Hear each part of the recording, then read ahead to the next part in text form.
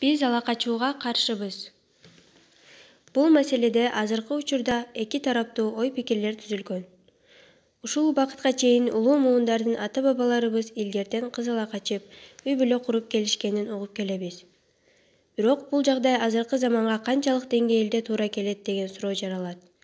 Илгери ата-бабаларыбыз уулдары бой жетип, чоңойгондо кыз караштырып, ата тегин сураштырып, кыздын ата-энесинин алдына колун сурап куда түшүп келишкен. Эки тарап сүйлөшүп макулдашкан. Анан кыргыздын салт-санасы менен той беришкен. Ошол эле учурда кыздын ата-энесинин алдына барбай туруп, кызды бир көрүп ала качып алган учурлар деле абдан көп болгон. Бирок жаңы курулган үй-бүлө очор-бачар болуп жашап кетишине эч кандай күмөн болбогон. Азыркы заманга бул жагдай дал келбегендиги өтө кейиштүү. Кыз ала качуудагы үй-бүлөнүн, мамлекеттин жана диндин ролу. Ала качууга бөгөт коюудагы үй-бүлөнүн, мамлекеттин, диндин ролу чоң. Көбүнчө айыл жеринде үй-бүлө ала качуунун артынан курулат деген түшүнүк бар. Уул-кызы бойго жеткенде алар менен үй-бүлө куруу маселеси терең, ачык, айкын талкууланбагандыктан чыккан жагдай болушу да мүмкүн.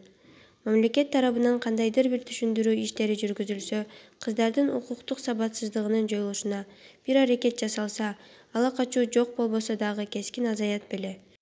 Укук коргоо органдарына болгон ишеништин жоктугу да ала качууга жол ачат. Айрымдар милицияга кайрылуунун кажети жок, алар жардам бере албайт деп эсептейт. Анткени ала качууга карата тийиштүү жаза көрүлбөйт. Көбүнчө ала качуу бул салт деген түшүнүктөн келип чыккан жагдай. Бир да динде, анын ичинде ислам дининде кыз ала качууга жол берилбейт. Азыркы учурда диний институттар кеңири жайылды. Диний жактан билим алгандар көбөйүүдө.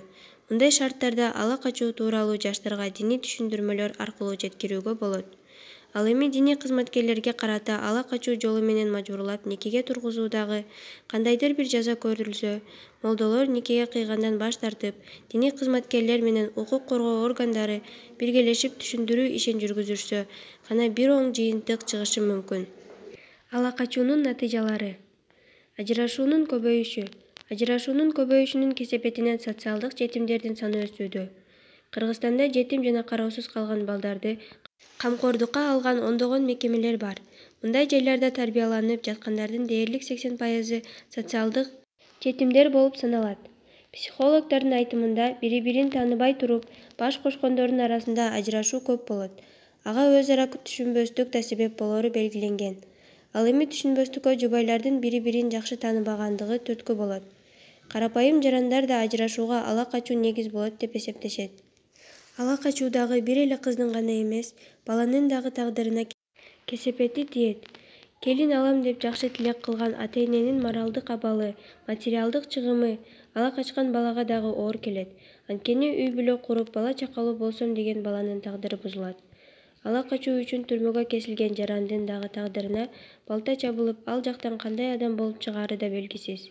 Негизи кыргыздын ала качуу салты менен кыз урдоо кылмышынын айырмасын түшүнө билишибиз керек.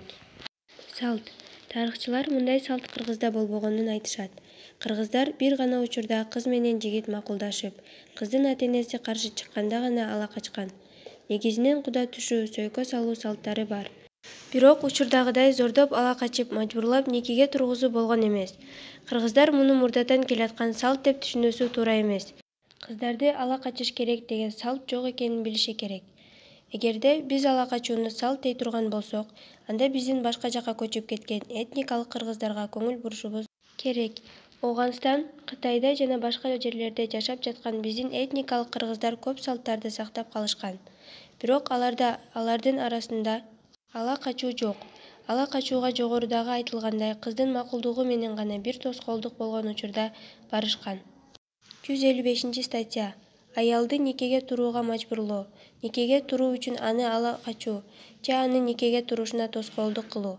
Аялды никеге турууга же никелешип чогуу жашоонун улантууга мажбурлаганда, ошого тете аялдын никеге турушунан тоскоолдук кылгандан 100дөн 200 чейинки эсептик көрсөткүчтөрдүн өлчөмүндөгү айыпка же болбосо 3 жылга чейинки мөөнөткө эркиндигин чектөөгө жазаланат. Анын эркине каршы никеге туруу үчүн аялды ала качканда 5 жылдан 7 жылга чейинки мөөнөткө эркиндигинен ажыратууга жазаланат. Жаңы кабыл алынган жазык кодексине ылайык ала качуу үчүн жаза күчөтүлдү. Мыйзам боюнча кыз ала качкан адам 5 жылдан 10 жылга чейин эркинен ажыратылат. Ал эми жашы жете эле кызды мажбурлап никеге тургузгандар 200 000 сом өлчөмүндө айыпка жыгылат. Биз ала качууга каршыбыз.